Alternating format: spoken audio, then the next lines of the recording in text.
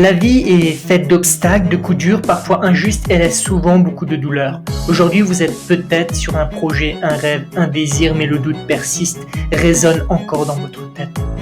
Vous avez cette petite voix qui vous dit de tout arrêter maintenant.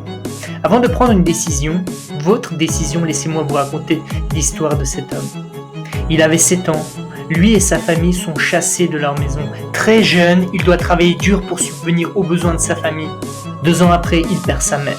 13 ans plus tard, il tente sa chance en ouvrant sa première entreprise.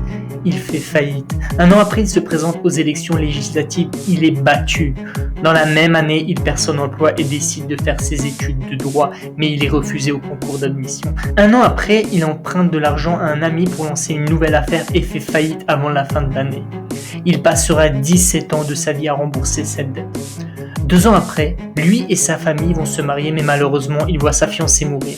Il a une très grave dépression nerveuse et reste plus de 6 mois au lit. 2 ans après, il se porte candidat aux élections locales et il est encore battu. Il se représente aux élections au Congrès, il est battu. 3 ans après, il se représente, il est encore battu. 2 ans plus tard, il se représente, il est encore battu. Après cette défaite, il postule l'emploi d'agent des terres de son état natal et ne l'obtient pas.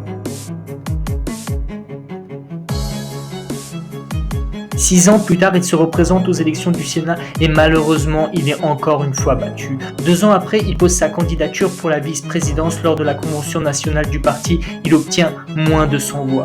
2 ans après, il se présente encore au Sénat et il est encore battu. Il se représente encore et il est élu président des États-Unis. Cet homme s'appelle Abraham Lincoln. Aurait-il pu devenir président s'il avait considéré ses 23 défaites aux élections comme des échecs? Cette histoire exprime parfaitement cette citation de Winston Churchill que j'aime beaucoup. Le succès n'est pas final, l'échec n'est pas fatal, c'est le courage de continuer qui compte. Agissez comme s'il était impossible d'échouer. La persévérance et la détermination doivent devenir votre seconde nature.